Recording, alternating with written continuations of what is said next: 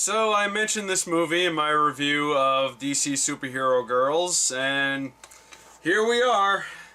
Batman, Return of the Caped Crusaders. Now, this did have a limited release in theaters, but unfortunately I didn't get around to seeing it. But luckily it just came out on Blu-ray and DVD, so I finally had a chance to watch it. So this is yet another animated Batman movie in DC's seemingly never-ending library of animated Batman movies. The only difference is that this is based off the old Adam West Batman. I think most people are familiar with the Adam West show, the campy Batman series from the 60s.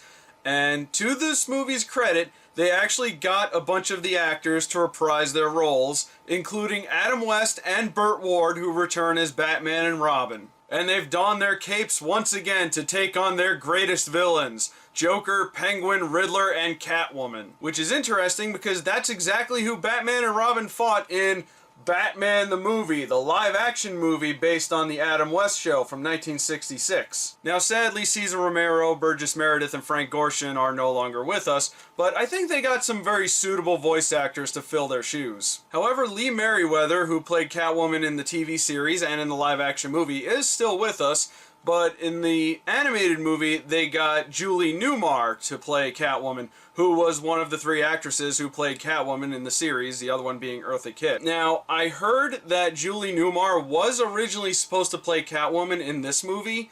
I haven't gotten that confirmed, but including her in this movie would make sense if that was the case. And I should mention that in Return of the Caped Crusaders, they do make a nice little nod to all of the actresses that played Catwoman in the Adam West Batman. And yes, all of the tropes from the Adam West Batman are in this movie. You got the word balloons when they're fighting, they have the famous wall climbing scene, all of the wacky gadgets, and all of the cheesy dialogue. There was actually a scene in this movie when Batman and Robin were going off to fight the bad guys. They parked the car and they were about to go across the street to their hideout, and Batman stops Robin so they didn't jaywalk. So they went down the street to the crosswalk and waited for the light. And they even make references to a lot of other versions of Batman in this movie. Like, they say a line from the first Tim Burton Batman movie. They make a few references to the Frank Miller Batman.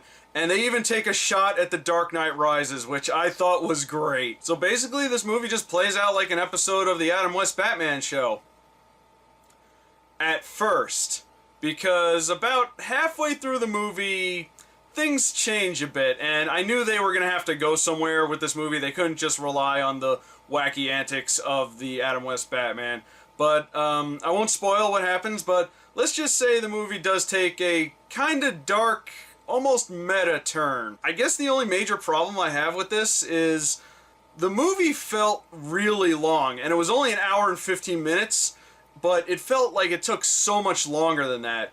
Because there were a lot of scenes where they just kind of pause, like all the action just stops, and the characters just exchange ridiculous lines of dialogue. And I know they did that in the show quite a bit.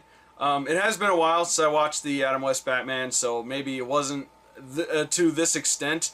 But all of these parts just felt like they were dragging out the movie. But yeah, this movie was a lot of fun. If you're a big fan of the show, you'll definitely really like this. Or if you just prefer, you know, a lighter, little bit more campy and fun superhero movie, then definitely check this out. And I think at this point I must concede to DC.